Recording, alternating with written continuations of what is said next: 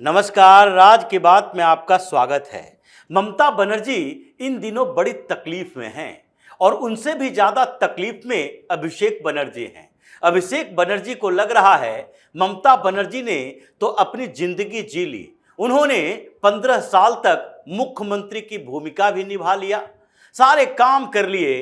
अब रिटायरमेंट की बारी ऐसे भी थी, ऐसे भी चुनाव हार कर रिटायर ही होंगी। आगे तो मेरा भविष्य था, लेकिन वो भविष्य अब अंधेरे में दिखाई पड़ रहा है। एक बार टीएमसी की सरकार पश्चिम बंगाल से गई तो ये उसी तरह का इसका हाल हो जाएगा जैसे कम्युनिस्ट पार्टियों का हुआ। 34 साल तक कम्युनिस्ट पार्टियों के गठबंधन की सरकार, वामपंथी सरकार, लेकिन जब सरकार गई 2011 में, जब ममता बनर्जी ने ऐसे ही जैसे अभी Bharatiya Janata party aggressive mode में है, वहां साइलेंट वोटर खेल बिगाड़ने की तैयारी में लगे हुए हैं। वहां पर कुछ बोला नहीं जा रहा, लेकिन अंदर खाने से लोग परिवर्तन चाह रहे हैं। वैसे ही परिवर्तन चाह रहे थे 2011 में, जब ममता बनर्जी ने कम्युनिस्टों की सरकार को हिला दिया था। वैसी स्थिति आज भी है। आज कहां है वामपंथी पार्टियां?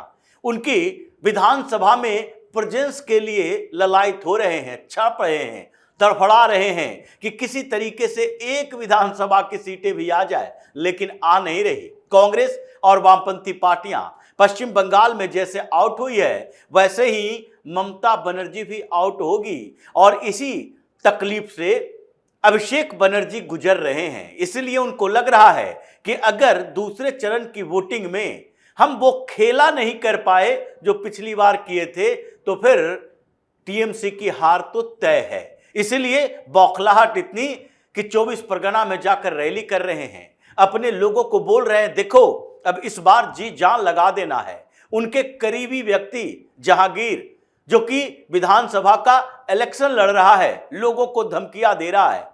डायमंड हार्बर में जो अभिषेक बनर्जी का खुद का लोकसभा सीट है, वहां पर बाइक पर लोग टीएमसी के गुंडे घूम रहे हैं और घूमते हुए वो माइक पर खेला होबे कर रहे हैं। और यही नहीं, धमकियां दे रहे हैं कि ये कितने समय तक रहेंगे, ये सेंट्रल फोर्सेस के जवान, भीड़ को वो रोक नहीं पाएंगे।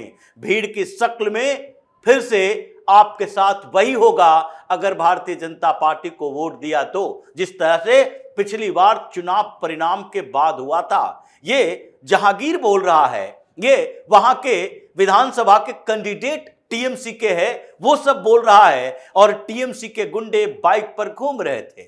इसके बाद जो 95 पुलिस ऑब्जर्वर है, जो चुनाव आयोग ने इस बार 142 सीटों पर की पोलिंग में वोटिंग जो होने वाली है कल, उसके लिए जो तैयारी की है, उसी का असर दिखाई पड़ रहा है कि अभिषेक बनर्जी, जहांगीर, ये सबको उठा कर ले जा रही है। इन लोगों को अब डर पैदा हो गया कि हमने कोशिश तो की, बमबाजों की फौज उतारी, 100 से ज्यादा बम बरामद हुए और इसका पूरा नेटवर्क ये पकड़ा जाने लगा। सारे बमबाजों को अब एनआईए के गिरफ्त में दिया जा रहा है। ये केवल ईसी की टीम नहीं है, बल्कि मालदा की हिंसा के बाद एनआईए की टीम भी वहां पहुंची हुई है। और जैसे ही कोई टेरर एंगल दिखाई पड़ता है, ये लोग वहां पर पहुंचते और उसके बाद उन लोगों को उठाकर ले जाते हैं, जिसके कारण ममता बनर्जी की परेशानी, अभिषेक बनर्जी की परेशानी बढ़ी हुई है। अभिषेक बनर्जी का हाल तो यह है कि उनके जितने गुंडे, ये साउथ 24 परगना और नॉर्थ 24 परगना, ये उनका थोड़ा ज्यादा मजबूत इलाका रहा है, उन जगहों पर थे, उन सब की कुटाई हो रही है। हर पुलिस ऑब्जर्वर को ये जिम्मेदारी दी गई है कि थाने के ऊपर निर्भर मत रहो। जिस तरीके से ये पुलिस स्टेशन में इनकी सेटिंग चल रही है, वहां पर पश्चिम बंगाल की पुलिस के ऊपर निर्भरता नहीं है। आपको चाहिए, आप अपने सेंट्रल फोर्सेस के जवानों के साथ जाइए और जाकर इनकी औकात बताइए। यही कारण था कि जैसे ही पता चला अजय पाल शर्मा को कि नहीं, ये इन क्षेत्रों में धमकियां दी जा रही है, टीएमसी के लोग धमकियां दे जा रहे हैं, और ये सारे, उसमें कई बांग्लादेशी घुसपैठिए भी हैं, उन जगहों पर इन लोगों को बसाया गया। ऐसा नहीं है कि केवल उत्तरी दिनाजपुर में या मालदा में या फिर उधर मुर्शिदाबाद में ही टीएमसी ने इनकी बस्तियां बसाई है। ये कोलकाता के अंदर भी झुग्गियां हैं इनकी, जो बांग्लादेशी है। ये 24 परगना के अंदर भी इन लोगों को बसाया गया, डॉक्यूमेंट्स दिया गया बांग्लादेशियों को। और यही बात इन लोगों के लिए परेशानी बनी हुई है जब हाई कोर्ट ने कल ही ममता बनर्जी की सरकार को ऐसी फटकार लगाई, उनके अधिकारियों को नोटिस भेजा कि आप देश विरोधी काम कर रहे हो।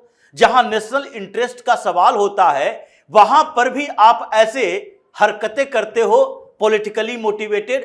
क्योंकि जो बॉर्डर सिक्योरिटी फोर्स बीएसएफ को जमीन दी जानी थी 127 किलोमीटर, और वो जमीन अधिग्रहण भी हो चुका है, लेकिन फेंसिंग का काम चल रहा है।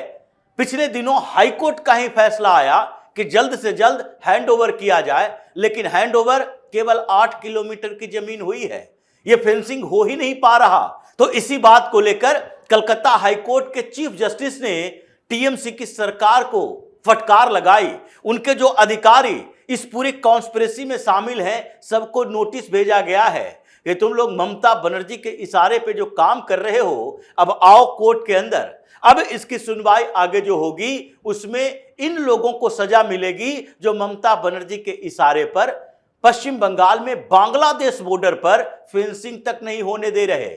यही कारण है कि ये साउथ 24 परगना में भी इन लोगों ने मुस्लिम बस्तियां जो बसाई उसमें बांग्लादेशी घुसपैठियों को जगह दी, वहां पर डॉक्यूमेंट्स बनवाए। और वही आज परेशान है कि भारतीय जनता पार्टी की सरकार आ गई तो हमारी तो विदाई तय है। इसलिए ये तो उनके एग्जिस्टेंस का सवाल है, सरवाइव कैसे कर पाएंगे पश्चिम बंगाल में। तो वो तो जी जान लगा रहे हैं, बम फेंकना पड़े, गिरफ्तार होना पड़े, पिटना पड़े, पिटाना पड़े, लेकिन हम तो किसी तरीके से चुनाव को प्रभावित करेंगे। लेकिन ये कोशिश नाकाम हुई। जब ये पता चला तो अजय पॉल शर्मा गए और वहां पर जाकर, ये उत्तर प्रदेश कैडर के आईपीएस अधिकारी हैं और ऐसे ऐसे 95 आईपीएस अधिकारी अभी हैं चुनाव आयोग ने जिसे पुलिस ऑब्जर्वर नियुक्त किया है। ये पिछले चरण में ये 79 थे और इस बार जब पता चला कि फर्स्ट फेज के चुनाव में ये पुलिस वाले कहीं कहीं मिली भगत की जानकारी आई है तो फिर से नए ऑब्जर्वर नियुक्त किए। 11 नए और ऑब्जर्वर चुनाव आयोग ने दूसरे चरण के लिए बनाया और उसके बाद ये 95 पुलिस ऑब्जर्वर हो गए टोटल। ये टोटल 95 पुलिस ऑब्जर्वर केवल 7 जिलों में 142 विधानसभा सीटों पर, यानी 7 जिलों में चुनाव होना है और एक एक जिलों में 8 से 15 तक जहां जहां जैसी संख्या है, जितना बड़ा है उसके अनुसार 10-15 पुलिस ऑब्जर्वर नियुक्त किए गए। 5, 7, 10 विधानसभा सीटों पर एक पुलिस ऑब्जर्वर नियुक्त किए गए और इनको जैसे सूचना मिलती है जाकर घर से उठाकर लाया। लुंगी पहने हुए था, ऊपर का कपड़ा भी पहनने नहीं दिया गया और वहां से उठाकर लाया। डायमंड हार्बर में ये पुलिस अधिकारियों को 6 पुलिस अधिकारियों को सस्पेंड किया गया। और वही 24 परगना में अभिषेक बनर्जी की रैली में भाग लेने के लिए इन्हीं की एक सांसद जा रही थी और रास्ते में उनके गाड़ी के शीशे भी तोड़े गए। ये बार बार कह रहे भारतीय जनता पार्टी के लोगों ने किया, लेकिन किसने किया वो तो बात की बात है। अभी जो डर का माहौल था वो खत्म हो रहा है और इसीलिए जो टीएमसी के नेता पहले गुंडागर्दी करते थे उनके खिलाफ अब लोग एग्रेसिव मोड में हैं। इसलिए चुनाव आयोग ने जिस तरीके से 142 विधानसभा सीटों के लगभग 41,000 बूथों पर चाक चौबंद व्यवस्था की है, नाकेबंदी की है, अलग अलग क्षेत्रों से वो जो लाकर पुलिस अधिकारियों को ऑब्जर्वर के तौर पर वहां नियुक्त किया गया। 142 से ज्यादा ऑब्जर्वर टोटल हैं जिसमें 95 केवल पुलिस ऑब्जर्वर हैं। इन सब लोगों को तैनात किया गया और उसमें सीआरपीएफ के जवान शामिल हैं। उनके साथ सिक्योरिटी में ये बंगाल की पुलिस नहीं रखा गया है, जिसके कारण ये लोगों ने इन टीएमसी के लोगों के अंदर डर पैदा कर दिया। और स्थिति अब ये हो गई है कि हेरा फेरी तो कर नहीं सकते। अब हेरा फेरी नहीं होगी तो ममता बनर्जी ने 142 विधानसभा सीटों में 41,000 बूथों पर जो पोलिंग एजेंट नियुक्त किए हैं उस पोलिंग एजेंट का क्या होगा।